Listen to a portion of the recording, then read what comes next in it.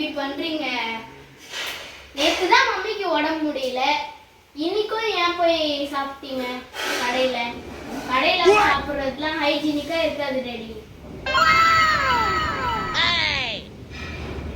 ஹோட்டல்ல சாப்பிடாதீங்க டேடி.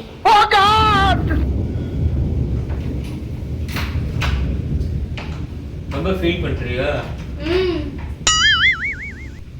அப்படின்னா உன்னை நம்பி சொல்லலாம். இங்க வா. கிடையாது குட்டி. அதாவது டாடிக்கு இங்க இருந்து ஆபீஸ் போற வரைக்கும் இது வரைக்கும் 6 ஹோட்டல் சாப்பிட்டு வச்சிருக்கேன். அதுல 2 ஹோட்டல்ல சாப்பிட்டுட்டேன். 4 ஹோட்டல் இருக்கு.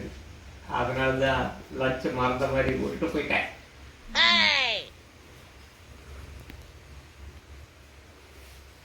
சொல்லி என்னங்க நீங்க இன்னைக்கு இப்படி பண்ணிட்டு போயிட்டீங்க?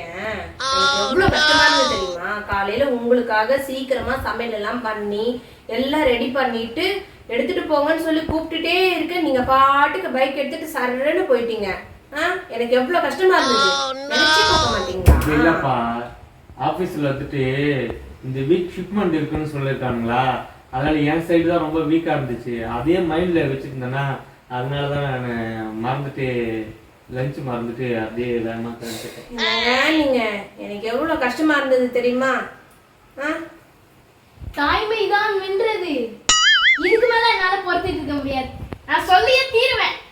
மம்மி, டாடி ஆபீஸ்க்கு போகும்போது 6 ஹோட்டல் இருக்கான், 2 ஹோட்டல் சாப்பிட்டு முடிச்சிட்டாங்களா, 4 ஹோட்டல் இன்னும் இருக்கான். அப்ப 4 நாள் சாப்பாடு மிஸ் பண்ணிட்டு போற மாதிரி ஆக்ட் பண்ண போறாங்க.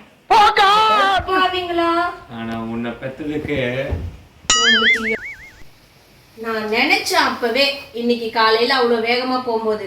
ஏற்கனவே அமாவாசைக்கு உங்களுக்கு கொடுக்க வேண்டியதை கொடுக்காம விட்டது என் தப்பா போச்சு. இந்த மாதிரி ஒரு பிளான் வேற இருக்குதா? உங்களுக்கு எவ்வளவு தைரியம் இருந்தா சாப்பாடை மிஸ் பண்ணிட்டு போறேன்னு பிளான் வேற பண்றீங்களா நீங்க? உங்களை சும்மா விடலாம்.